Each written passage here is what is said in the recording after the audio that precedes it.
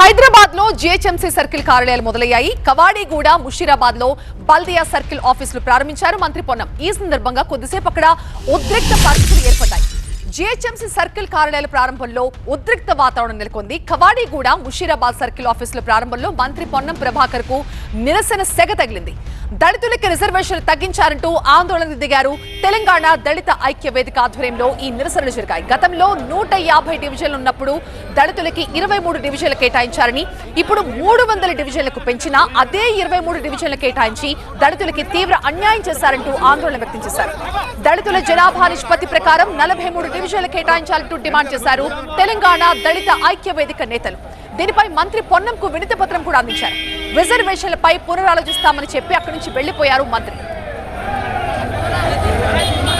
పరిపాలన వికేంద్రీకరణలో భాగంగా ring road లోపలున్న గ్రామ పంచాయతీలు, మున్సిపాలిటీలు, కార్పొరేషన్లు అన్ని ఒకే వ్యవస్థలోకి తీసుకురావడం జరిగిందన్నారు మంత్రి పొన్నం. హైదరాబాద్ కు ఢిల్లీ లాంటి పరిస్థితి రావద్దని ప్రత్యేక కార్యాచరణతో ముందుకెళ్తున్నామని చెప్పారు.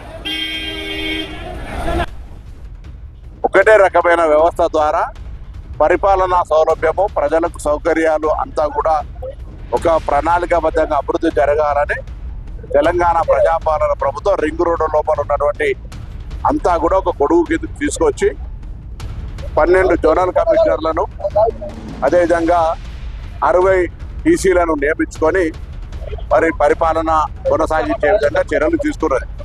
దాంతో పాటుగా అనుసంధానంగా పోలీస్ జోనల్ కమిషనర్లు కూడా ఏర్పాటు చేసుకొని ప్రజలకు ఎక్కడ ఇబ్బంది ఉన్నాయనేటువంటి ఆలోచన చేస్తా ఉన్నది.